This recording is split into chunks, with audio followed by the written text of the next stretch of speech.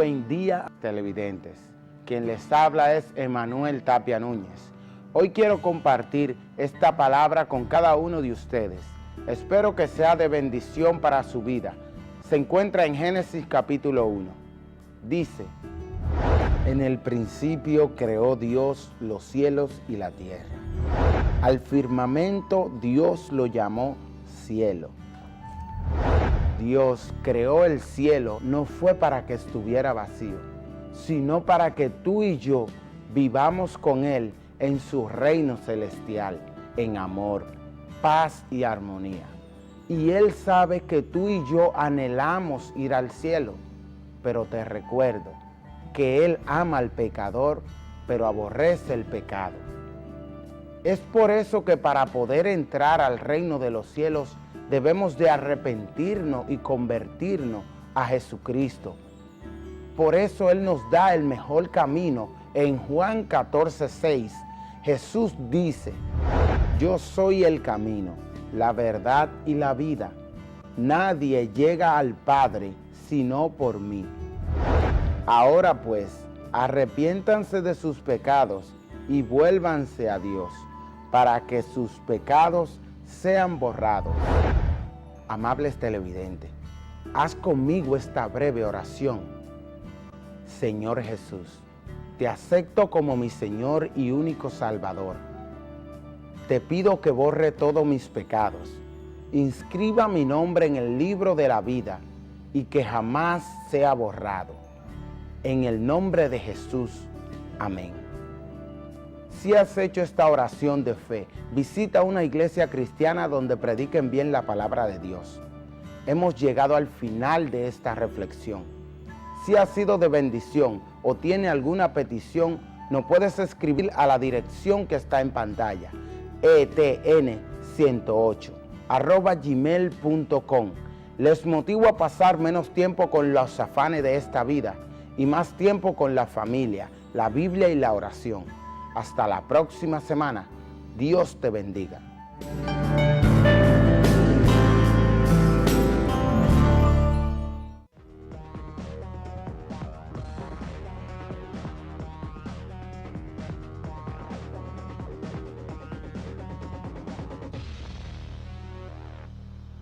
Muy buenos días, amigo televidente.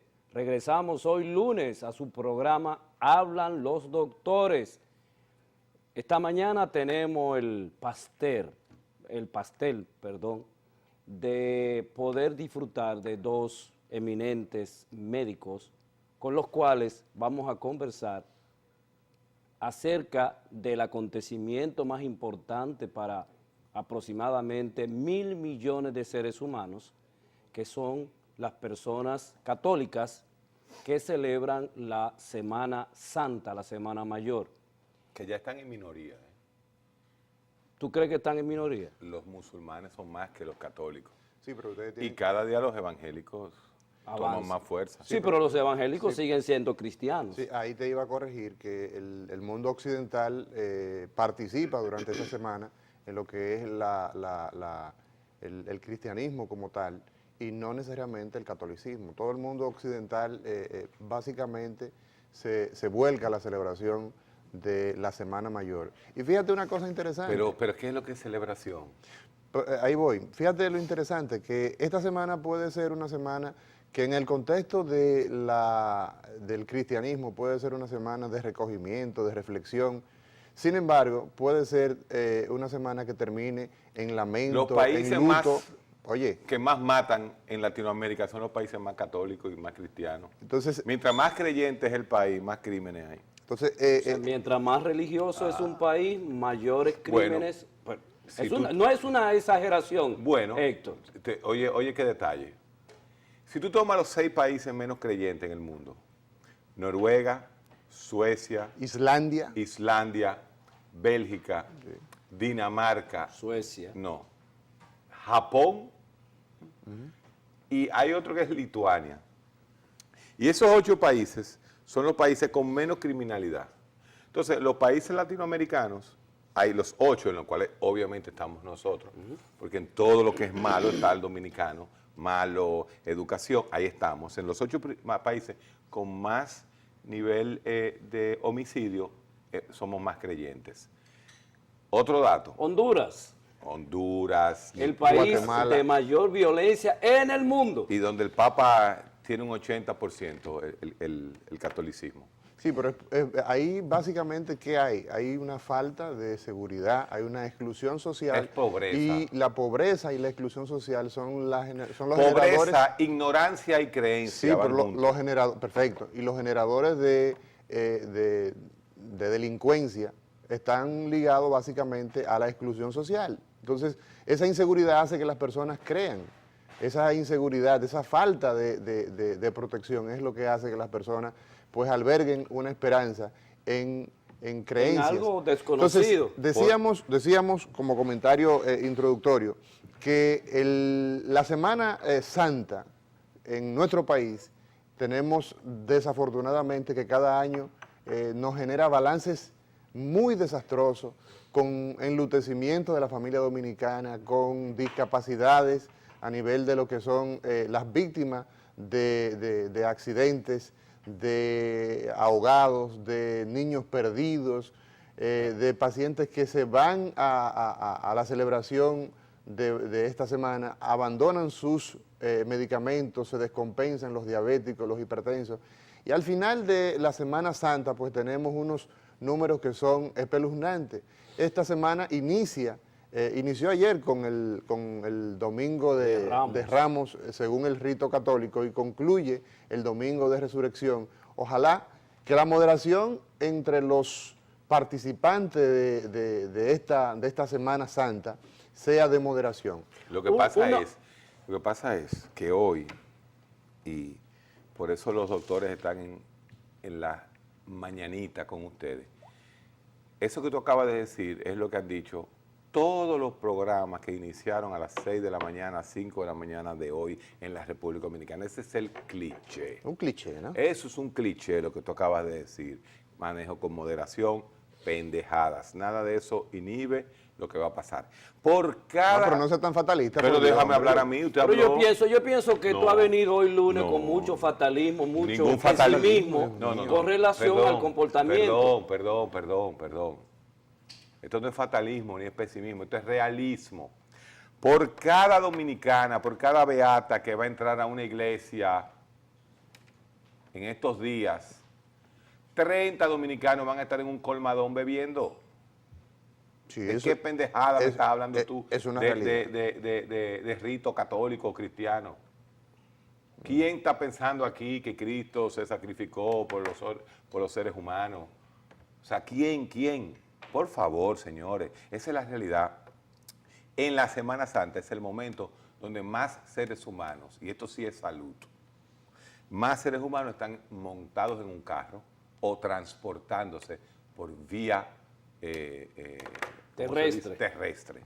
Entonces, el médico tiene que pensar en eso, no para dar el cliché que acaba de dar un neurocirujano, que debería ahora mismo está sacando un tumor. Amaury García está con nosotros. ¿Cómo se llama el señor? Amaury Mi García. hermano Amaury García.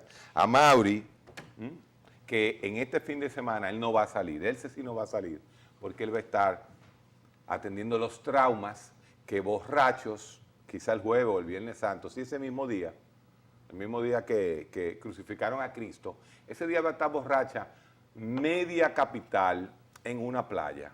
Entonces, una medida que verdaderamente es médica, una medida de salud, es el conductor designado. Mi hermano, si a usted no le ¿Qué es informa- el conductor designado? Héctor. Ese señor que no se aguanta por pariguayo, Amaury, se va a dar un humo en medio de la playa, que casi se ahoga, cuando se monte en el automóvil, que le den el volante al que no bebió. Ese es Que el conductor designado. Que le den el volante al que solamente se bebió un trago. Ya. Esa medida, junto con el cinturón de seguridad, resuelve el 80% de los accidentes. Amaury, ahora está hablando el psiquiatra No, Héctor Guerrero desde el Heredia. Ahora sí principio. estamos entrando No, en lo que es materia del desde el programa. principio. Inició Ustedes el llegaron- fascineroso, yo pero casi- ya está cayendo en Ya está lo que es cayendo en la la realidad. psiquiatría y la No, orientación. es psiquiatría, ni que es realidad. Es que lo escucho ustedes con el mismo cliché, "Ay, de que Semana Santa bonita". Mentira. La ida a la iglesia no aumenta en Semana Santa. Las mismas 3 viejitas, los mismos 3 beatos entran a la iglesia igual. Y había una procesión allá en la zona colonial. El 90% del dominicano no sabe, ¿qué 90? El 95% del dominicano no ha visto una procesión de Viernes Santo en este país. Primero porque no vive por esa zona. Entonces, vamos a ser realistas. La Semana Santa es la época donde más accidentes de tránsito existe, donde los médicos como el doctor Amaury García, neurocirujano, ve más accidentes. Y justamente ese es el tema de hoy. Y mientras el psiquiatra también está haciendo las recomendaciones para que usted se proteja. La única que resuelve, conductor designado. ¿Sabe? ¿Y tú sabes quién es la culpable? ¿Quién es la culpable? Muchas veces. La mujer o el compañero que está al lado del que bebe, que no le quite el volante al tipo. En esa carretera de Nagua, que son pequeñas, aunque el bulevar ese del norte lo Qué están bello haciendo. eso, ¿eh? Eso es precioso, Precioso. pero es una de las carreteras más peligrosas. Esos tramos, Nagua, ¿cómo se llama? Gaspar Hernández, Cabrera. Esa carretera todavía tiene 2 vías nada más, ida y vuelta. Entonces, esa es una zona de muchos accidentes. Eso, y la mujer no se atreve a quitarle el volante al marido porque el marido se bebió 1 litro de romo en el sol de Cuaresma, en una playa, y se comió una olla de espagueti, que lo llevan hasta el litro de Coca-Cola dentro. Entonces, por favor, esta demagogia de que es lo que es Semana Santa. Semana Santa, todo el mundo está esperando como loco el Viernes Santo para no trabajar. Hay gente que le dan el jueves. Se van viernes, sábado y domingo a beber, Pero fíjate, a disfrutar. pero fíjate- Sí, pero como sabe el dominicano, porque el dominicano solamente sabe disfrutar si hay trago en el medio. Pero Eso es lo fíjate- que hace el dominicano culturalmente. Fíjate lo que tú señalas del ausentismo laboral. Qué desafortunado es, pero en el caso de educación, en el caso de las escuelas es peor. Los niños están ya en la casa desde el viernes pasado y van a tener toda una semana de inasistencia a clase. Cuando esto pudiera reducirse en unos 3 o 4 días, le dan básicamente 6 a 7 días de vacaciones. Fíjate, Y Lo único que le duele- en Estados Unidos no hay esa celebración Lo así en único esa que le duele al magnitud. dominicano, y principalmente ahora voy a hablar de la clase media alta, clase alta, no es que el niño deja de coger clase desde el viernes pasado hasta el martes. No, lo que le interesa a esa madre es que con quién va a dejar el muchacho en la casa. ok. Porque esa es la conciencia ciudadana. No es la conciencia de que mi hijo va a perder 5 días de clases y obviamente no sabe qué es lo que está pasando en Semana Santa. No, Si no- es con quién lo voy a dejar. Que es más, yo creo que ya están haciendo campamentos, señores, Sí. de viernes, lunes, martes y miércoles santo. Campamentos para mantener esos niños que teóricamente iban a estar en la escuela. Miren, señores, business, hasta negocio. que yo creo que todavía existen en un país donde en las carreteras se venda alcohol, Eso es desafortunado, es una cosa. en un una país calamidad. donde después del peaje hay casetas vendiéndole el alcohol Y a los promoviendo seres el humanos alcohol. y promoviendo el alcohol. No me hablen de concientización, porque lo primero que debieron haber hecho una huelga son las iglesias, los pastores y los curas a la calle por eso. Señores, eso es abominable. Bueno, en este pero país. ¿qué se hace en vacaciones, Héctor? Porque Beber. también tú tienes Beber. que entender. Beber. Beber. No, No, pero yo- también mi está- pregunta no, pero fue, está- ¿qué se hace en no, pero- vacaciones? Averigüen No. la importación de alcohol. Es más alta en Semana Santa que en Navidad. Sí, definitivamente, pero hay un paradigma que está establecido que es ese. Sin embargo, sabemos que este tiempo es interesante para tú compartir con tus hijos, con tu esposa, con tu madre.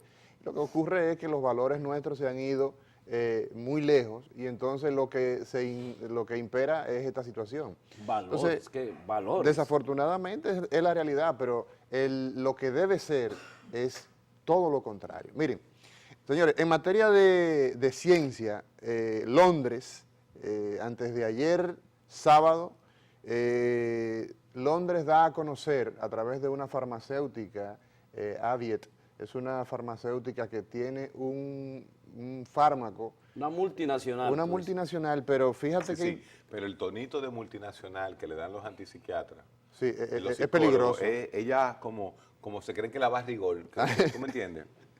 Se cree que él está hablando de la Falcón. Bueno, pero si una farmacéutica está en el mundo entero, ¿cómo se llama? No, Se llama pero transnacional. eso no tiene que ver. Transnacional. Pero si está en el mundo... Laboratorio de síntesis de Doctor medicación. psiquiatra, No, no. si una Te conozco. si una te farmacéutica, conozco. si una farmacéutica está en el mundo, ¿cómo debe llamarse a Mauri García? Es una transnacional. Pero bueno, fíjense una cosa. Esta farmacéutica llamada Aviet divulgó los resultados de una investigación donde en el marco de ese congreso de gastroenterólogos, de patólogos, de médicos internistas, repetimos, da a conocer una investigación que coloca la enfermedad viral crónica, la hepatitis C, prácticamente a un paso de ser tratada. Sería la primera enfermedad. Sin ser interferón. Exacto, sin el uso de interferón, es buena esa acotación.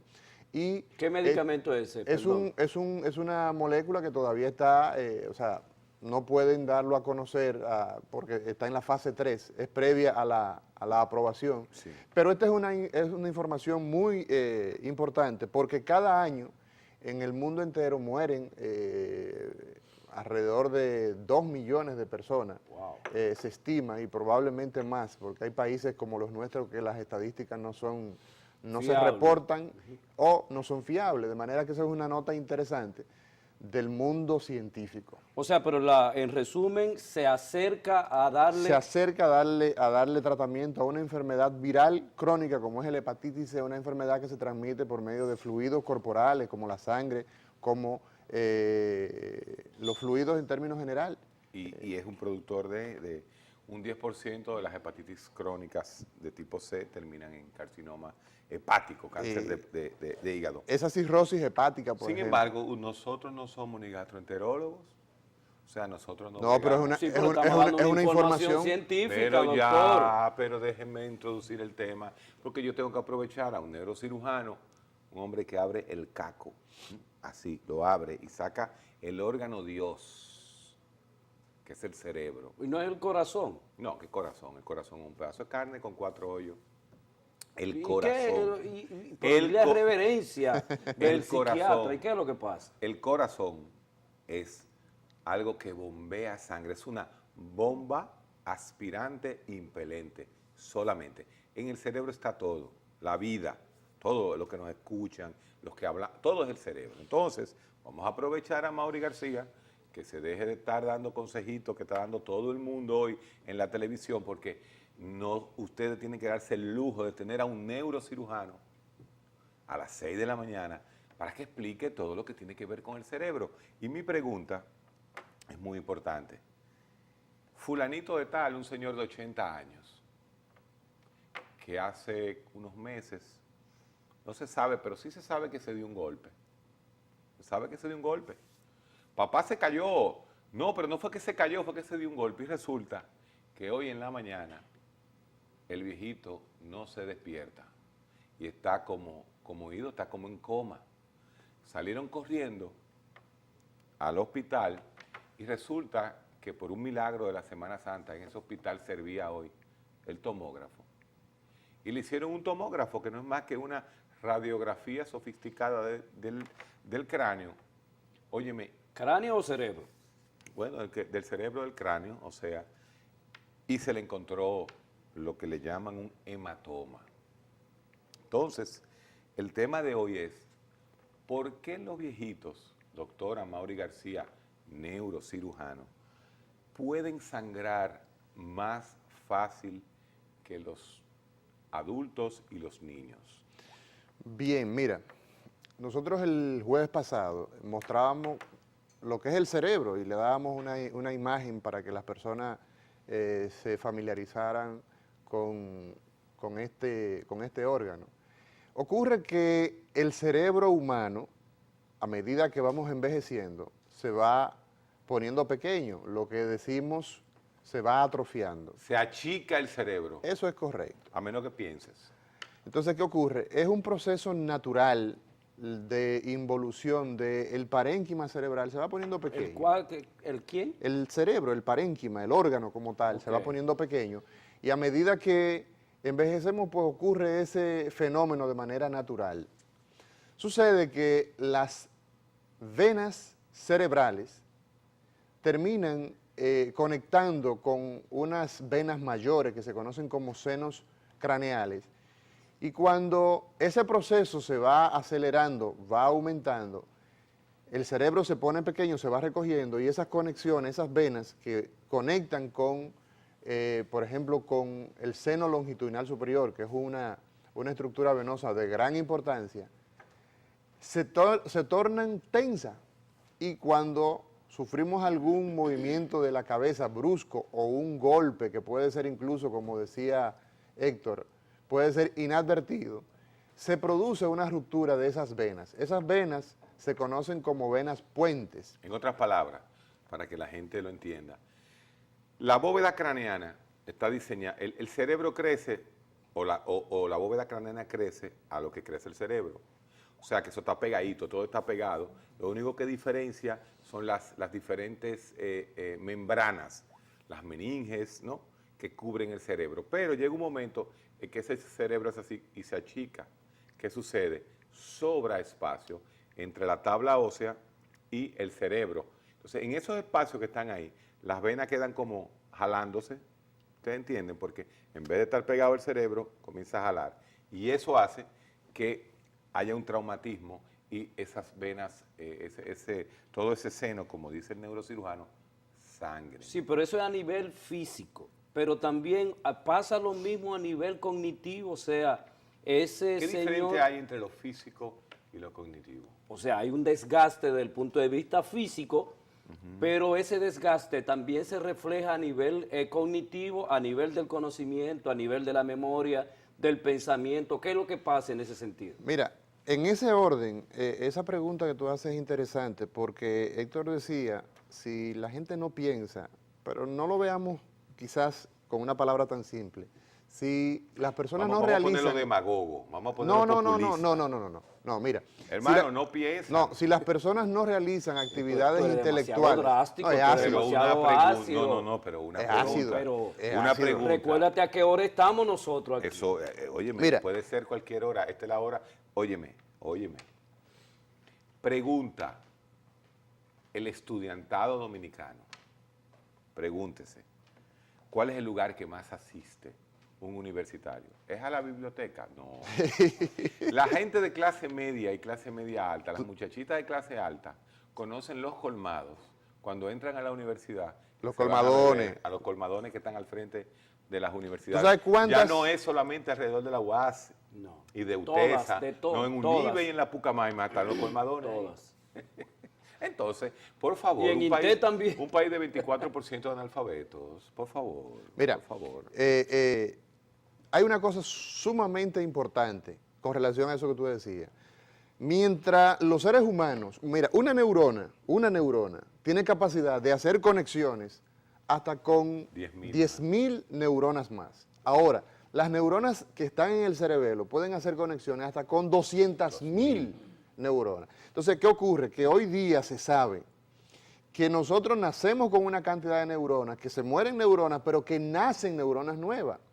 Y ocurre que la capacidad que tiene el cerebro desde el punto de vista cognitivo, de conocimiento, de desarrollarse, es en la capacidad que tiene esas neuronas de realizar mayor número de conexiones. En otras palabras. En ese sentido tú tienes que el cerebro, perdón, como un proceso natural se va reduciendo, pero desde el punto de vista cognitivo, no necesariamente una persona por el hecho de ser vieja tiene que tener menos capacidad intelectual. Es todo lo contrario, lo que se preconiza, y la neurocientista Rita Levy, que hace alrededor de un año o dos falleció con 105 años, fue la que desarrolló la teoría esta de la sinapsis. Pensando todavía. Exacto, y trabajando en su laboratorio, una judía fuera de serie. Óyeme. Mira, volviendo al tema nuestro. Amaury, el tema... Pero dame un segundito, para que la gente entienda lo que yo quiero decir, porque la gente oye, entonces cada vez que yo hablo, el psicólogo me interrumpe diciendo que yo estoy siendo ácido.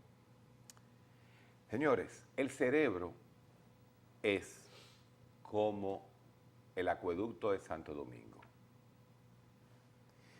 El agua es el pensamiento, el agua es la educación. Cuando cuando está el acueducto de Santo Domingo en sus momentos normales, usted tiene en un lugar, en un barrio, un edificio de apartamentos.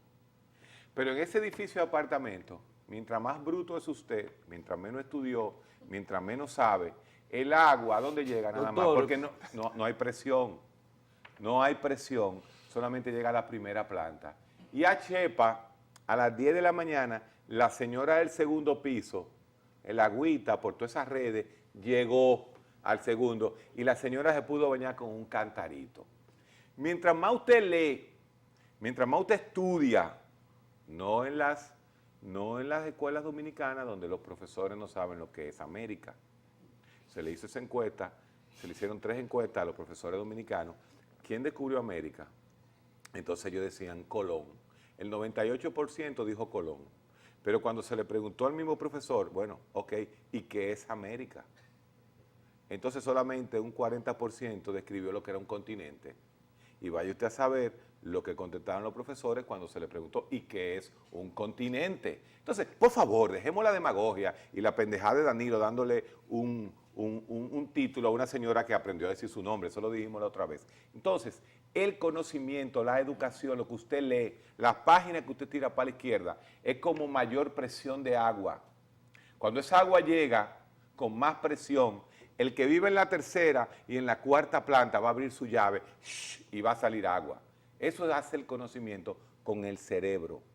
El cerebro se alimenta de conocimiento, de educación. Juan Bosch lo decía, ¿eh? Juan Bosch, ustedes dos seguidores de Juan Bosch, principalmente el doctor Amaury García, quien es la figura oficial del gobierno en este programa. Eso hace educarse. Ese muchachito que usted tiene en su casa, que se va a levantar dentro de hora y media, porque no hay colegio hoy, que lo que usted lo va a dejar es con un Nintendo ahí al lado, tiqui, tiqui, tiqui, dándole a los pulgares. Tienen hipertrofia, los muchachos tienen hipertrofia. No, le va a crecer, le van a crecer. Para que estén tranquilos, porque usted se tiene que ir a trabajar. En vez de ponerle un libro, si usted le pone un libro, le entra más agua y le llega agua a la cuarta planta. Pero en forma normal ahora, con un acueducto tan malo, sin agua, solamente recibe agua la primera y la segunda planta. Doctor Heredia. Y el cerebro se queda sin alimentos. Doctor Heredia, vámonos a una pausa y regresamos. Hablan los doctores con Héctor Guerrero Heredia, Mario Lama y Ricardo Nieves. Hablan los doctores. Regresamos a su programa Hablan los doctores y hoy nos estamos deleitando con la conversación del AXI, de la persona que dice cosas sumamente fuertes. Héctor Guerrero Heredia, psiquiatra, y también a Amaury García, neurocirujano. El médico de los médicos. El dice. Médico de los médicos. Eso es cierto. Bueno, obviamente es el cerebro. Nosotros los psiquiatras, ¿no? Pero ustedes trabajan con el cerebro, básicamente. Bueno, lo que pasa es que el cerebro tiene 2 funciones, y en eso Amaury sabe más que yo. O sea, está el cerebro pensante y el cerebro animal. El cerebro animal es aquel cerebro que hace todas las funciones que son comunes entre el animal mayor, que es el hombre, y los otros animales. Pero la única diferencia entre el cerebro de un perro y el mío es que uno tiene desarrollado, a veces algunos tienen desarrollado, el lóbulo frontal, que nos hace pensar. Entonces, el pensamiento humano es una cualidad que solo tiene el cerebro humano, como dice el doctor Amaury García, porque nosotros, señores, tenemos neuronas que se interconectan con otras neuronas. La conciencia, David Koch, premio Nobel de medicina, habla de lo que se llama, Eladio, tú sabes mucho de esto como psicólogo, los correlatos neuronales de conciencia. ¿Qué es un correlato neuronal de conciencia? Atención a los estudiantes de psicología y de psiquiatría y de medicina que nos están escuchando. Miren, en 1 milímetro, imagínense que tenemos este pedacito de cerebro para que la gente lo entienda. Esto es el cerebro, ese pedacito de papel. En el cerebro de un perro, en ese pedazo de papel hay 100 neuronas. En el cerebro de un ser humano no hay 100 neuronas, hay 20 millones. ¿Qué significa eso? Que si el cerebro del perro estuviera en ese pedacito, 20 millones de neuronas, nosotros estuviéramos estableciendo una comunicación con el perro como con nosotros mismos, porque el perro pensara. El pensamiento humano es fruto de la densidad, o sea, de la capacidad de ese pedacito de papel tener 200.000 neuronas, no 10 neuronas. Correcto. Por eso, eso es lo que se llama correlato neuronal de conciencia. El humano ha desarrollado, por lo que dice, lo que se llama la sinapsis, ha desarrollado una maraña de cables, una red de cables, que nos pone a pensar. Si el cerebro del perro tuviera las mismas neuronas, el perro estuviera en misa ahora mismo, escuchando al cura. Qué irreverente. O el cura, el cura fuera un perro. Ese, o el cura fuera un perro. Héctor, ¿qué ejemplo es ese? Dios mío, El pueblo me entendió, el pueblo me entendió, créeme. definitivamente que la cantidad de neuronas que tiene el cerebro humano, alrededor de unos 100.000 millones de neuronas. ¿Ah?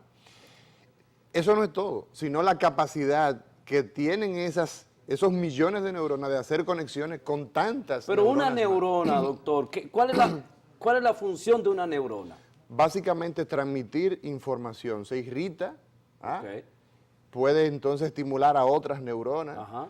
Y las neuronas, pues, atendiendo a su función, hay neuronas que su trabajo es intervenir en la parte crítica, ¿ah? en la personalidad, ¿ah? En estar de acuerdo, en disentir. Esa es la función de un grupo de neuronas. Otras neuronas son especializadas en recibir información sensitiva para informarnos de qué está ocurriendo en nuestro cuerpo. Otras neuronas son encargadas de producir movimiento. Otras neuronas son encargadas de lo que el ojo capta, ¿ah? Ellos hacer posible la visión. Otras neuronas son encargadas de la audición, de los sonidos, darle un sentido. Entonces, dependiendo de la zona del cerebro, pues esas neuronas tienen funciones. Entonces, en el orden del tema que estamos tratando, El viejito que... ese señor Ajá. que sufrió ese golpe en la cabeza, muchas veces ese golpe no es un golpe importante. Decíamos que en ocasiones ni siquiera se percata de que ha tenido ese trauma y sin embargo aparece, como decían ustedes, aparece en la mañana con una debilidad en una parte de su cuerpo. Y como decía el doctor, pierde la conciencia de dónde está. No necesariamente. Esto, fíjate que el cerebro, como tiene tantas funciones, pues puede ser que lo que ocurra es que si el hematoma que se ha logrado formar, ¿por qué razón se forma ese hematoma de manera crónico en los viejitos? ¿Por qué estamos insistiendo en los viejitos? Porque muchas veces confundimos que el viejito empieza a hablar diferente. Decimos, papá como que se está volviendo disparatoso, pero tienen eso 2 o 3 días, una semana, y entonces vemos que el ancianito empieza a caminar con dificultad de un lado, pero eso no apareció de manera súbita, que es una cosa interesantísima, que luego hablaremos de lo que son los derrames cerebrales, sino que esto aparece en términos de días o de semana, es porque ese cerebro que se ha ido poniendo pequeño, y esa ruptura de esas venas puentes, esas venas que están tensas y con el movimiento brusco se rompieron, ese espacio que queda entre la dura madre y el cerebro da lugar a que el cerebro se empuje y entonces aparecen los síntomas. Entonces, es importantísimo cuando una persona de edad avanzada, entre los 60 años en adelante, se golpea la cabeza y empieza a tener cambios de conducta. Al médico de una vez. Hay que ir donde el médico. ¿Por qué? Porque esto puede ocurrir de una manera simple, pero puede ser que esta persona pierda el conocimiento. ¿Cómo usted se da cuenta? ¿Cómo la familia puede darse cuenta de que hay una alteración del comportamiento de ese anciano? Muy sencillo, fíjate. Cuando una persona empieza a tener este tipo de cambio, lo más inteligente es llevar a este paciente donde el médico, pero el familiar puede darse cuenta porque nosotros tenemos dos partes, una parte derecha y una parte izquierda, y nosotros elevamos los miembros por 30 segundos y vemos entonces que un miembro puede caer primero que el otro. Esa asimetría nos indica a nosotros ¿Cómo que miembro? o sea, los brazos, tú pones los brazos hacia adelante y vas a notar que por 30 segundos uno de los brazos va a caer primero. No lo puedes sostener. Otro es que te pones frente a un espejo y haces una expresión, por ejemplo, enseñando los dientes, y puede ver que hay una desviación de un lado de la cara. Y además ponemos a la persona a conversar y a decir alguna frase y vemos entonces si hay una dificultad para pronunciarla. El hecho es que el déficit neurológico en los ancianos, que no es un déficit rápido, agudo, sino que tiene días o semanas, se asocia mucho con los hematomas subdurales crónicos. Y todos esos hematomas, cuando se desarrollan, es necesario drenarlo, es necesario sacar esa sangre y descomprimir el cerebro. ¿Dónde hay que llevar a ese viejito? ¿A qué médico especialista? Sí, eso es el programa entero. O sea, ese tema es el programa entero, no lo dispare en un solo segmento. Fíjate que él habló de neuronas para oír, escuchar. Para ver. Él habló como buen cirujano, de la parte estructural, de la parte animal del cerebro. Pero como decíamos, el cerebro tiene la parte humana, la parte del pensamiento. Entonces, volviendo yo a esa maraña de neuronas, los correlatos neuronales de conciencia, esas neuronas en el hombre que están apretujadas, para lo que sirven es para improvisar, tomar decisiones en el momento y mejorar el juicio del ser humano.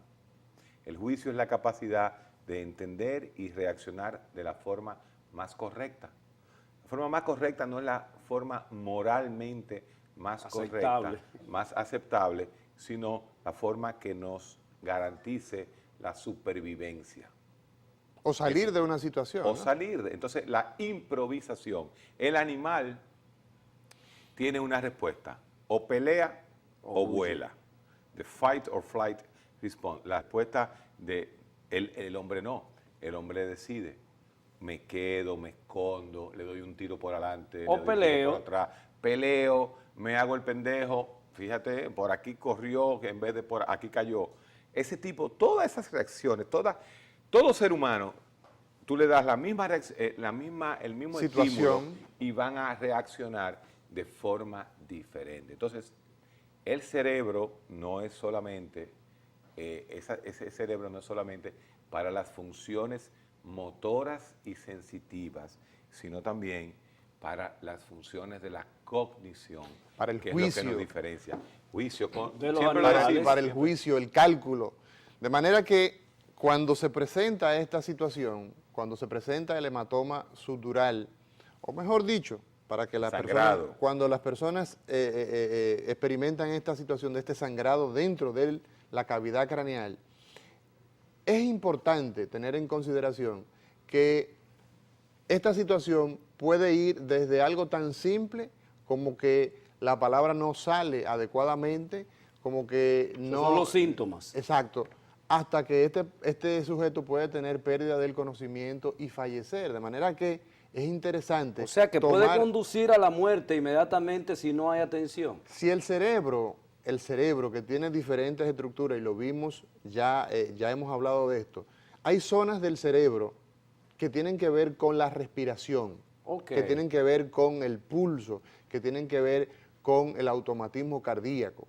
Si esas zonas son desplazadas, se produce una herniación del cerebro, sencillamente esas zonas se van a dañar tanto que vamos a perder entonces la Se capacidad. congestiona y no podemos respirar. Entonces, esa desviación, ese coágulo que tenemos dentro de la cabeza, empujando todo el cerebro, el riesgo es que provoque la muerte. Entonces, por esa razón, damos estas informaciones para que las personas sepan que cuando estos síntomas aparecen, es necesario que esas personas sean llevadas a una emergencia y que en esa emergencia entonces lo vea un médico internista, lo vea un médico que le hagan una tomografía. Va a terminar con una trepanación. ¿Qué es lo que es la trepanación? Bueno, la trepanación es realizar un agujero dentro Un hoyo. en el cráneo. Por eso se hacía en la antigüedad, la Sí, trepanación. sí. En aquellas ocasiones se realizaban sobre todo ligado a eventos mágicos religiosos, pero fíjate que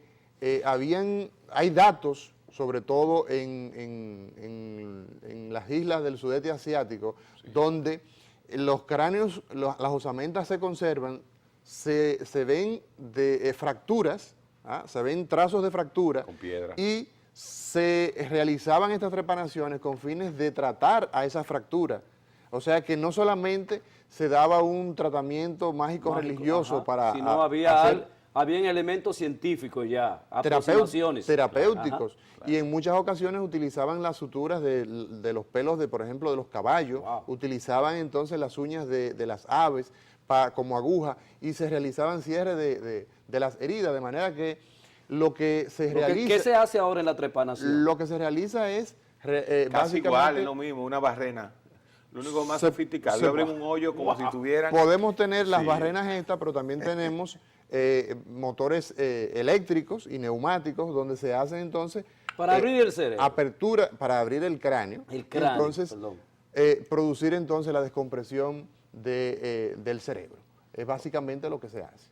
En otras palabras, en el programa de hoy, porque el licenciado Eladio Hernández habla de acidez, en otras palabras, señores, si a ese cerebro que ya sangró y que el doctor Amaury García como neurocirujano trató, se le pone mucho alcohol durante estos días, el alcohol es un desinhibidor.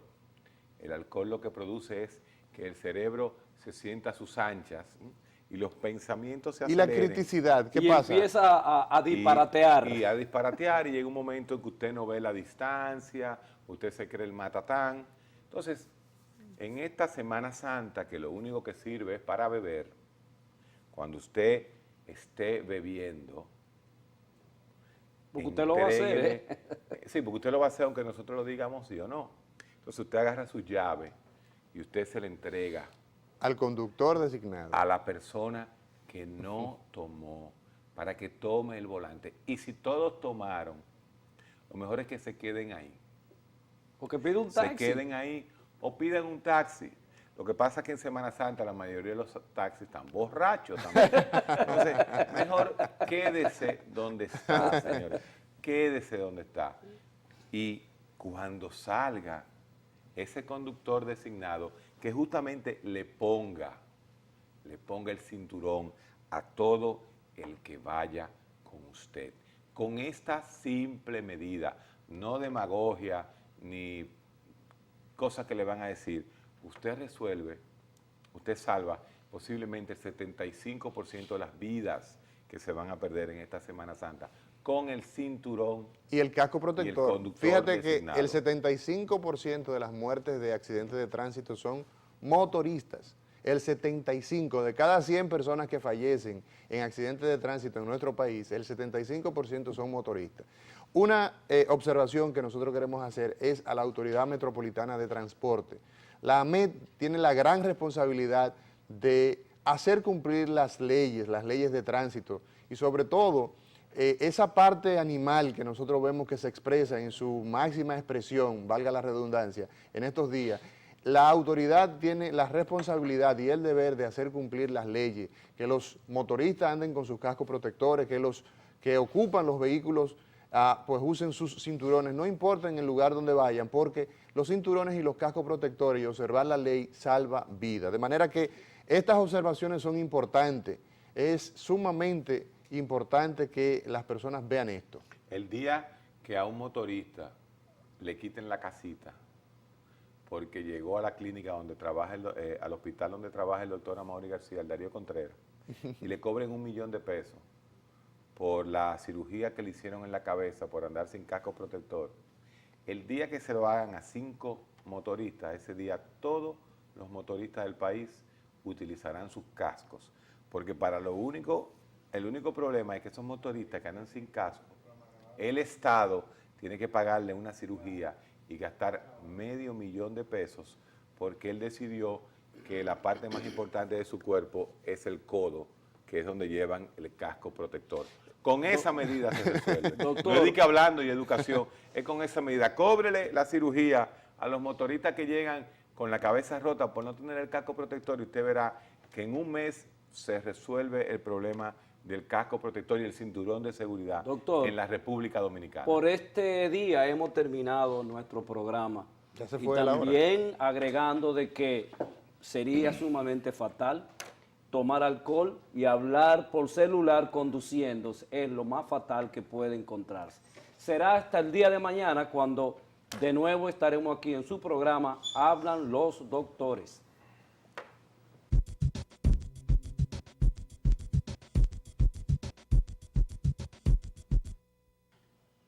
Saludos, señores, aquí estamos en De Domingo a Domingo, como de costumbre, Domingo Contreras y un servidor, Domingo Páez. ¿Cómo está, señor? Bien, muy bien. Qué bueno, qué bueno. Preparándonos para el asueto De Semana Santa. El vendaval o el bacanal. Bueno, Ni una ni otra. cada quien tiene su manera.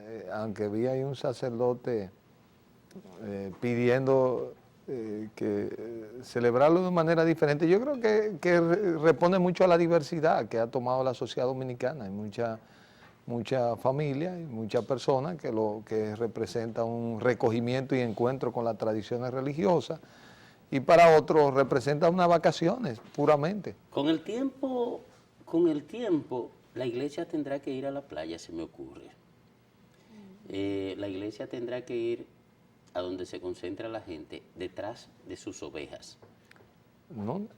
Mira, yo ahí comparto, la iglesia tiene que ser diversa para afrontar los retos que tiene la gente, pero la iglesia ha logrado permanecer tantos años en el tiempo por su capacidad de adaptación y por también mantener algunos principios básicos firmes. De todas maneras, el hecho de que mucha gente decida celebrar y de ver esto como una fiesta, como una oportunidad de irlo a celebrar, otras personas lo miran como un espacio de celebrar un acontecimiento religioso, digamos, que marcó la vida de la iglesia, pero uno y otro, lo que hay que ese nivel de tolerancia y de respeto. Yo creo que la tolerancia se ha expresado. Sí. Y creo que la iglesia, ciertamente, como tú planteas, ha ido adaptándose a los tiempos, flexibilizando. Ahora tenemos un papa que tiene comprensión incluso hasta para los homosexuales, cuando hace unos años la iglesia esto lo estigmatizaba con una irracionalidad terrible. No, ha ido adaptándose, ha ido evolucionando. Y quizás se me ocurre esa patada suelta de que la iglesia tendrá que ir a buscar a sus ovejas hasta los balnearios como un mecanismo de adaptación. Y no estoy no estoy tan despistado. No puede ser. Porque mira, los protestantes están tomando las canciones, como decíamos antes en la iglesia adventista donde yo nací, las canciones mundanas para ponerle letras cristianas y hasta bailarlas y bailarlas. O sea, danzarlas, no es el baile tradicional de que un hombre se agarra a una mujer o una mujer se agarra a un hombre para bailarlo, sino la danza individual, pero con la música mundana. Pero es que la música no es mundana. Bueno, no, ese era el discurso, cristiano. La música es un medio de comunicación que No, dice que a Pues través de... vamos a corregirlo, vamos a adaptarlo.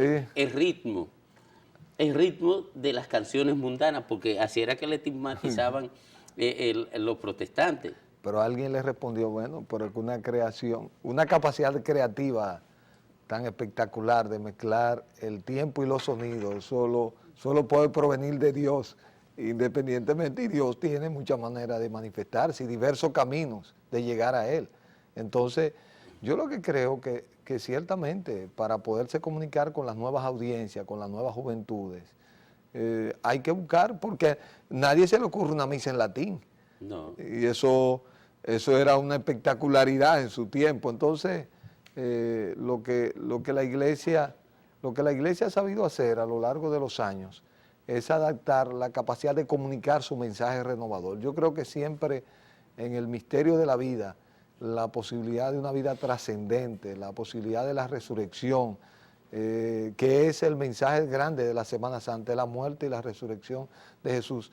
Ese misterio, inclusive para un científico que en algún momento puede negar hasta la existencia de Dios, siempre deja esa posibilidad, deja abierta esa puertecita. Es siempre, como le preguntaba, algo que leí esta semana, de Freddy Ginebra, referente a Monseñor Arnaiz, que en uno de esos momentos le dijo, Monseñor Arnaiz, ¿y si Dios no existe? Entonces Monseñor Arnaiz le dijo, mi hijo existe. Entonces, yo creo que ese es un tema que será del debate permanente. Mi padre Domingo Páez decía, bueno, si tengo que entrar en la trampa de si Dios existe o no existe, me quedo con que existe porque no me pesa. Vámonos a la pausa, señores.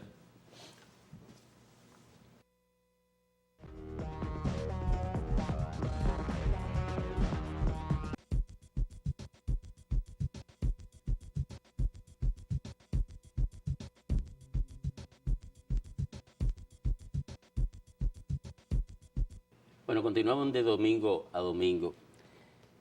La semana pasada hablábamos del derecho a la ciudad. Ahora ocurre que importantes ciudades del país tendrán un impacto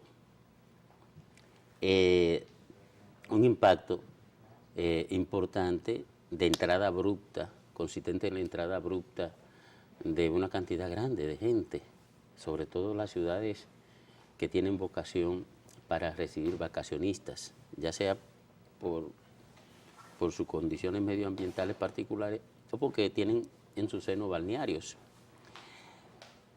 Ese impacto, ¿cómo afecta el ejercicio del derecho a la ciudad? ¿Y cómo armonizarlo?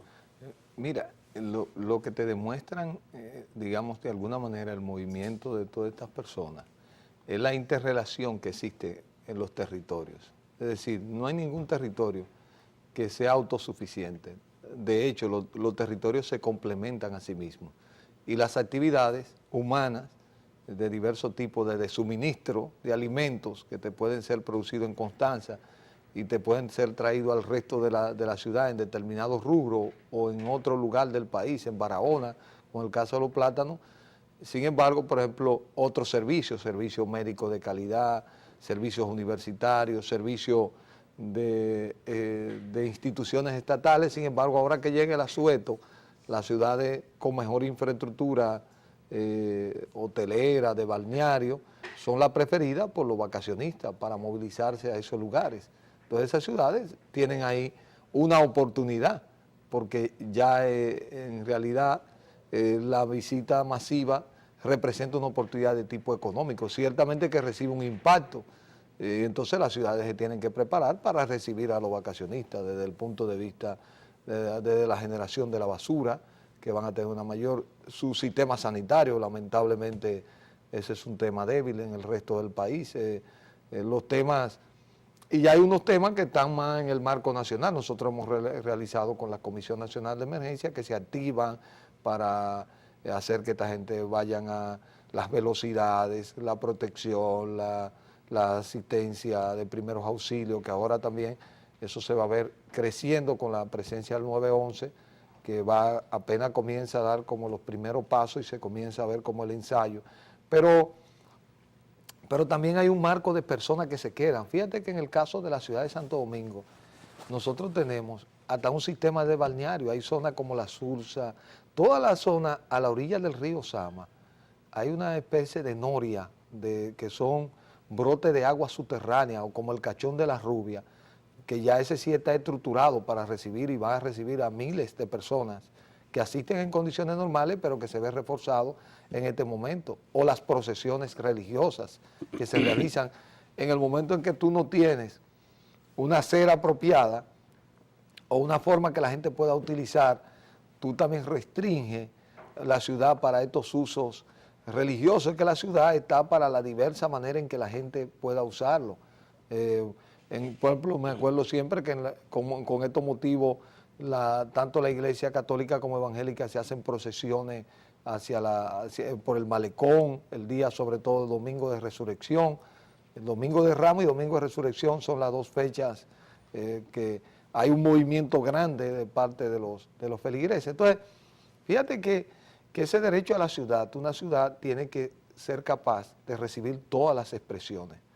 Y las ciudades hoy más ricas en el mundo son las ciudades más tolerantes, de París, Nueva York, Toronto, Sao Paulo. Son ciudades que en algunos casos son las ciudades más diversas del mundo. Entonces son capaces de aceptarte desde desde habitantes, por ejemplo, Nueva York debe ser la segunda ciudad de casi 100 países. Sao Paulo lo es casi de 70 países. Es decir, de pronto, estas ciudades están preparadas para que todas las expresiones religiosas o todos los acontecimientos, desde las celebraciones de la independencia de un país o de la celebración de un equipo de deporte, de cualquiera de la disciplina que se practiquen, hasta todas las diversidades religiosas. Entonces, la ciudad de Santo Domingo y las ciudades nuestras, en sentido general, tienen que prepararse y ver positivamente estas expresiones, estos flujos, esta diversidad que se genera en el territorio. Bueno, mira, interesante, Domingo. Vamos a continuar hablando de esto. Vamos a continuar hablando de esto y tendremos a veces que encontrarnos aquí de domingo a domingo más de una vez a la semana. Nos vemos, señores.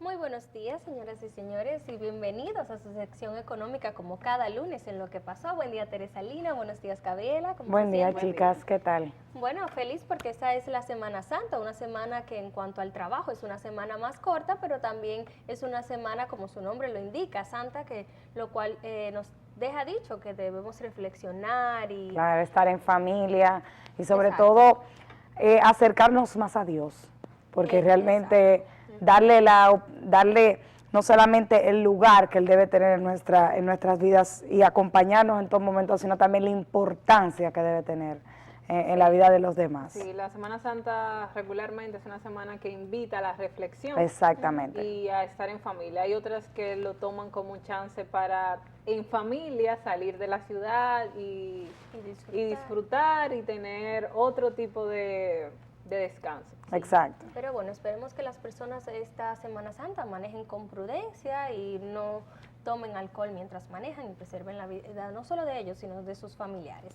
Y ya entrando aquí con lo que son los temas de economía que tenemos preparado para ustedes esta semana, tenemos varios temas interesantes. Tenemos el tema de las pirámides o negocios de multiniveles, que ustedes escuchan mucho. También tenemos el tema ligado a lo que es el ahorro y tenemos también un tema muy interesante que nos trae Gabriela hoy, donde nos habla sobre las personas, donde las 67 personas más ricas acaparan un porcentaje muy importante de lo que es la riqueza mundial, y ustedes lo van a conocer cuando Gabriela se los presente. Pero ya para empezar hoy con lo que es nuestro tema de las pirámides, vamos a hablar sobre una iniciativa que hay actualmente en el Congreso Nacional, específicamente en la Cámara de Diputados, una propuesta que fue presentada por el diputado Cerulle, donde se propone regular este tipo de negocios, controlar, porque actualmente en la República Dominicana sucede que lamentablemente no existe un organismo que sea el encargado de regular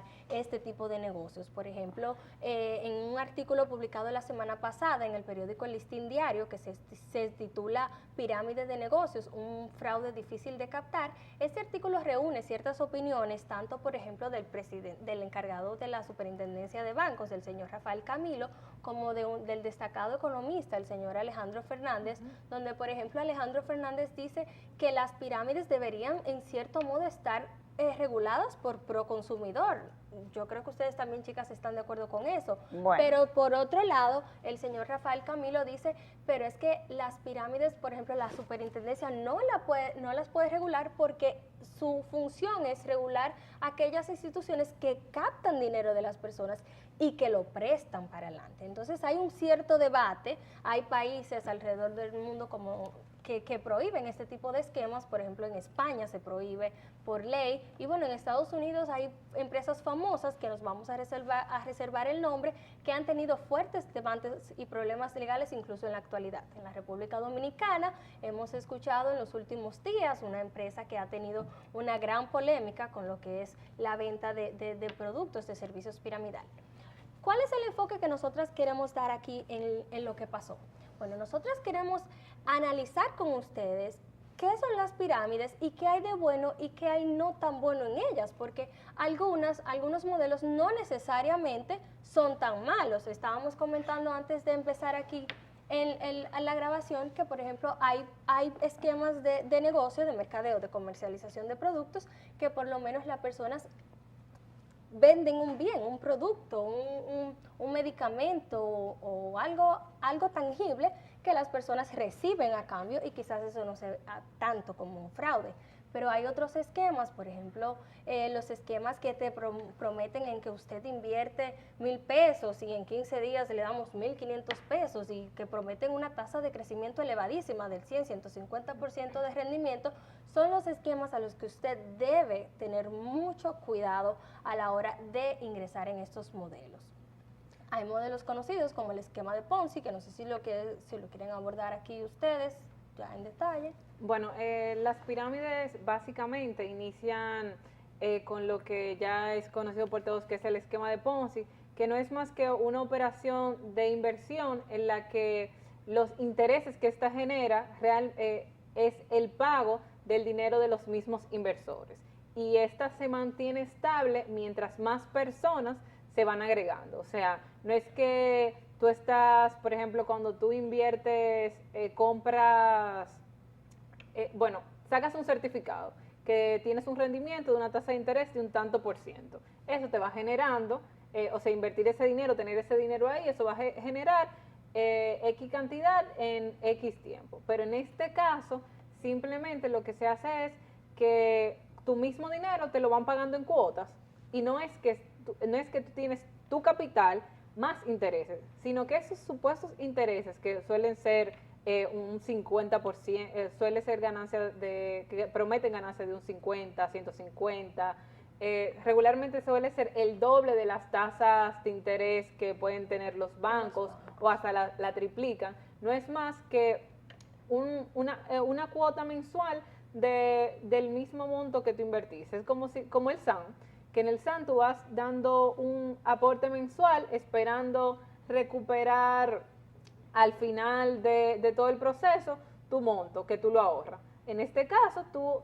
inviertes el monto al principio esperando que esto te dé una rentabilidad mensual alta, pero lo que la gente no tiene presente es que en muchos de estos en estos casos no recupera esa inversión esa inversión al final, porque es su mismo dinero el que está recibiendo a cambio mensualmente.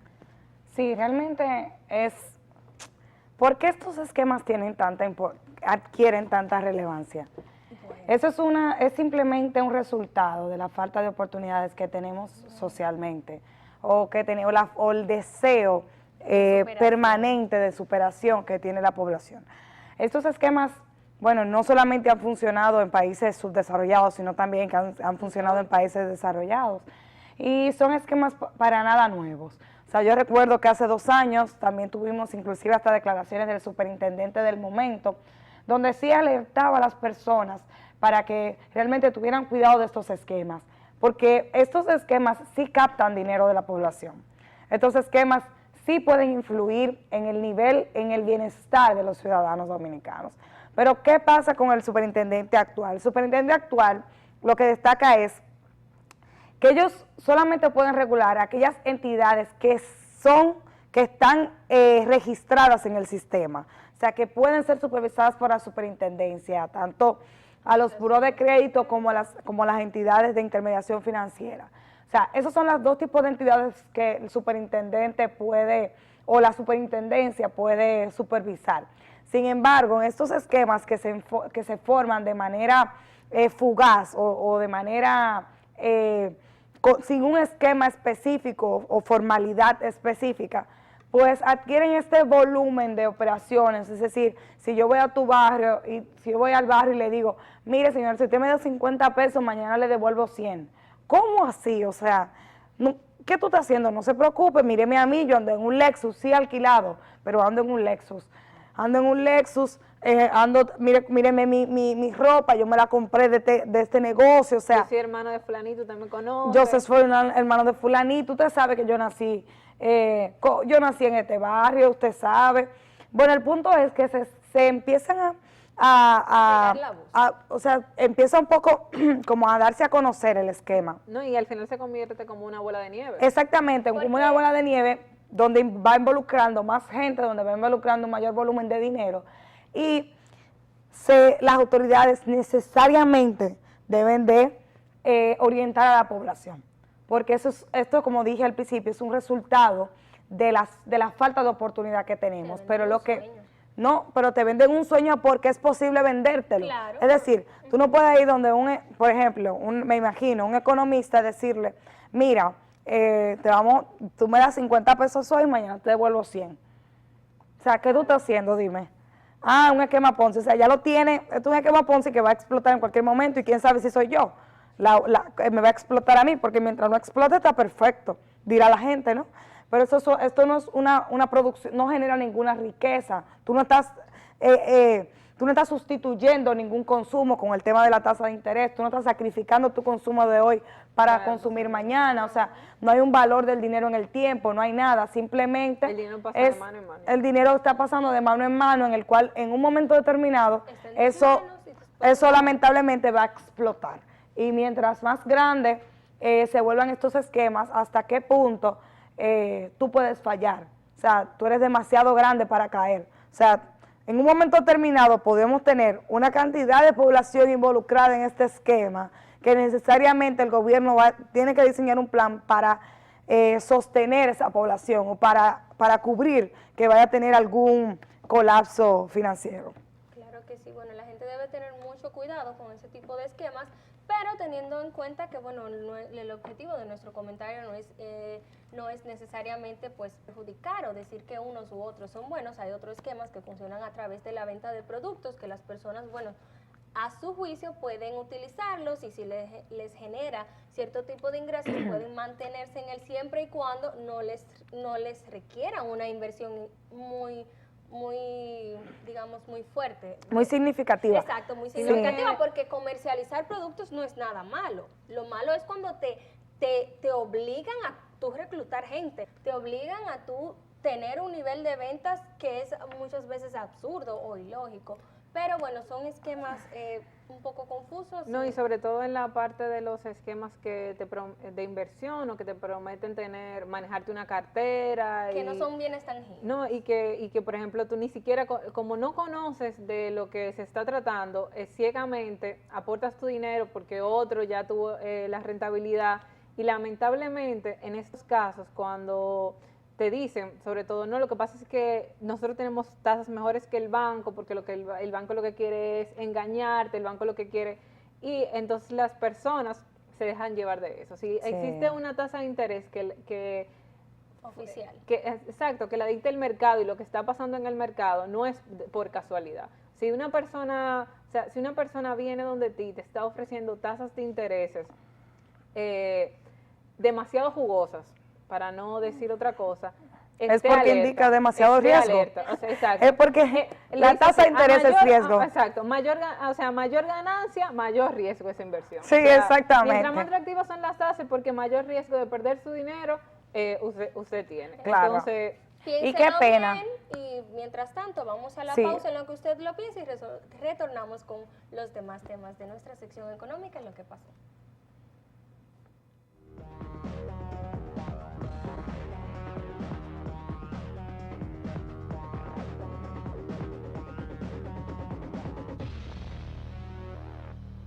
Bueno amigos, estamos de vuelta aquí en nuestra sección de economía en lo que pasó. Y ya siguiendo con otro tema, pero casi en el mismo marco de lo que terminaba de comentar Teresa Lina, de que muchas personas se enganchan en esto de las pirámides por la falta de oportunidad y por las desigualdades y otras cosas, Oxfam publicó a finales de enero un paper que se llama Gobernar para las élites, secuestro democrático y desigualdad económica. En hablaba sobre la desigualdad y la redistribución de los ingresos en todo el mundo. Expresaba claramente de que casi la mitad de todo el dinero que existe está en manos del 1% de la población. Sin embargo, y hacía alusión de que eran 85 las personas que poseían que poseían la misma cantidad de dinero que la mitad de la población Bueno, en estos últimos días esos datos se han actualizado y presentan que las 67 personas con la mayor fortuna del planeta se igualan en riqueza a la mitad más pobre de la población mundial. Esto quiere decir que 67 personas del mundo poseen el equivalente a lo que poseen 3.500 millones de habitantes, que es la mitad de la población mundial. Wow.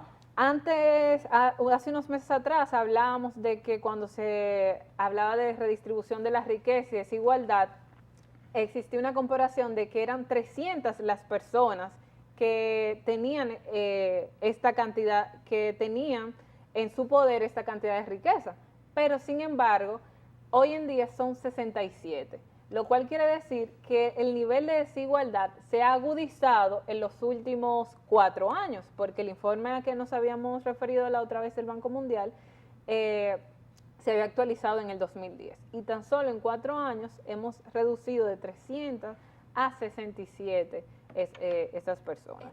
Entonces, disculpa, Diana. No, sigue, en este caso, Oxfam presentó un informe y hace un llamado de atención al FMI y al Banco Mundial de que cuando se acercan a las naciones y presentan las restricciones a los estados de su gasto, regularmente le proponen a los gobiernos austeridad. Pero ¿qué sucede?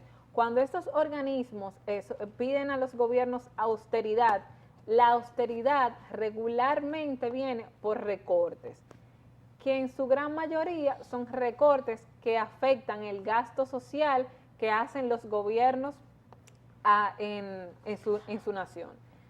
¿Qué pasa? Al recortar los gastos o la inversión social que se hace, disminuyen la calidad de los servicios públicos que se le ofrece a la población. Y eso a su vez, en muchos de los casos, afecta el bienestar y la calidad de vida de muchos ciudadanos que dependen del sistema de la seguridad social y del gas y de las inversiones sociales que hacen los gobiernos. Esta es una de las recomendaciones que hace Oxfam. Durante esta semana se pretende reunir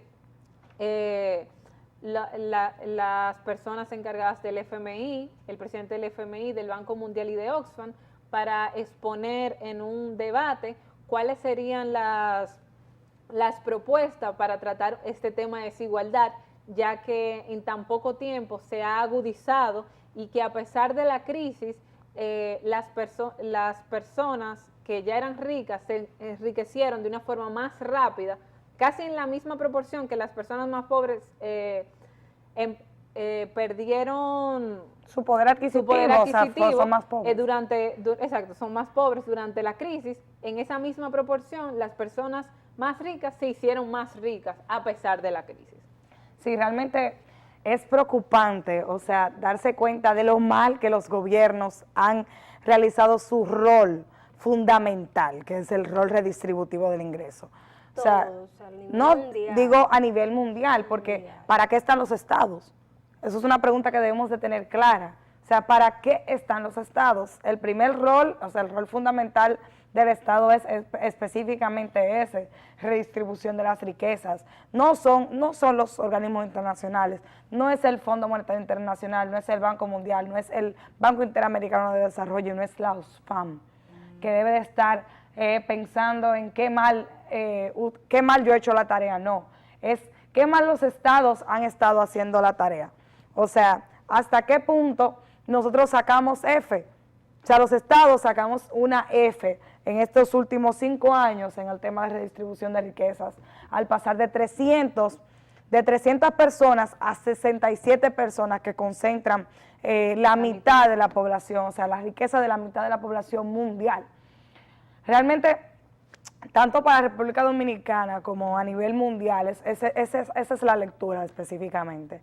Es que debemos de cambiar el modelo en el que el Estado está cumpliendo ese rol redistributivo. Hasta qué punto yo estoy utilizando los impuestos como una herramienta de redistribución, hasta qué punto estoy utilizando el gasto como una herramienta de redistribución, cómo estoy produciendo las riquezas y cuál es mi esquema, cómo se está desenvolviendo, cuál es la dinámica de mi mercado laboral, quiénes se quedan con la mayor parte de las riquezas, del valor agregado. Es decir, cómo los gobiernos realmente estamos organizando nuestro esquema de producción. Entonces, yo entiendo que son muchas aristas o muchas lecturas, o más bien muchas políticas que podemos estar realizando, pero todas persiguiendo el mismo rol, pero todas persiguiendo o haciendo alusión al rol fundamental que tiene el Estado, que es precisamente redistribuir las riquezas que el sistema no genera de forma equitativa.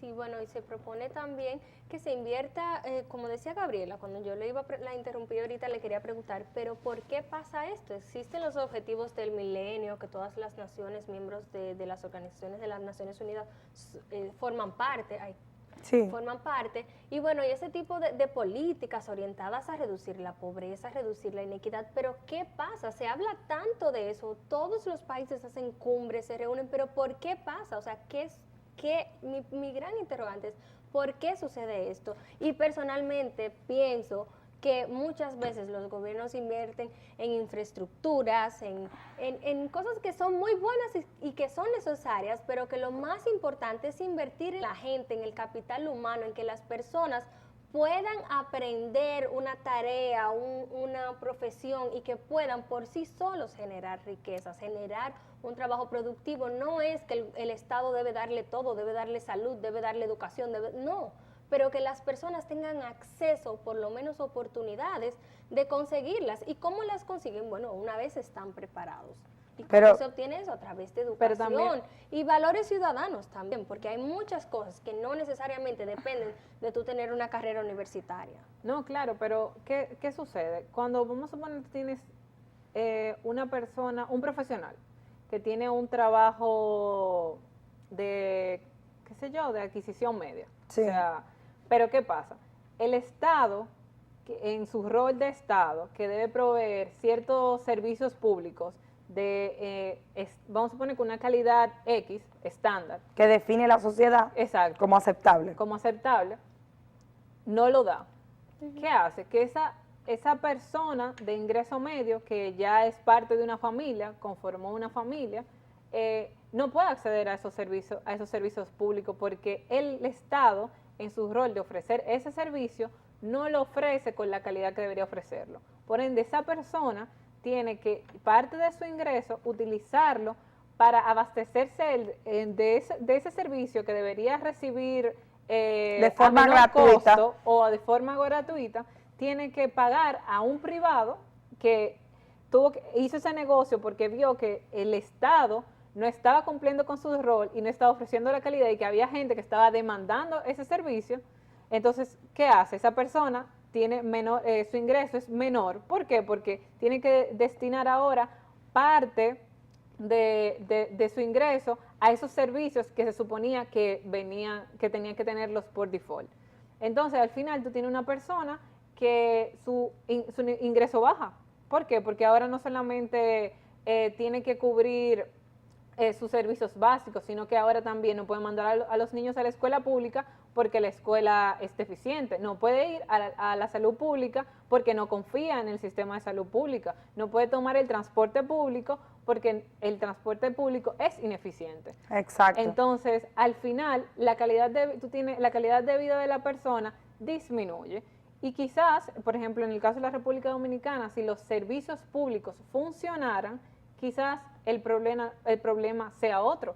Al final puede que los salarios no resulten ser tan malos. Claro. Pero eso hay que verlo dentro de ese esquema. En el esquema actual en el que los servicios públicos no funcionan, el salario mínimo que tenemos ahora no funciona porque tiene que dar para cubrir eso y más. O sea, todos los servicios. Entonces, al final tenemos una población con necesidades básicas insatisfechas, que son ridículas en este tiempo. Que la gente no pueda acceder a un servicio de salud pública decente, que no pueda tomar un transporte adecuado y llegar a tiempo a su trabajo decente. Yo creo que eso lo que hace es que la desigualdad aumente como lo está haciendo. Pueden que se ajusten los salarios cada mes, que si a cada año, por la inflación o por ciertos cambios o regulaciones, pero al final creo que la desigualdad le está tomando la ventaja. Sí, totalmente. Y bueno, lamentablemente, aunque es un tema bastante interesante y que deberíamos continuar dialogando la semana que viene, pues lamentablemente esta sección ha llegado a su fin y esperemos que aquellos televidentes de esta sección económica de lo que pasó continúen con la programación que le tenemos preparada. Bueno, feliz resto de la semana.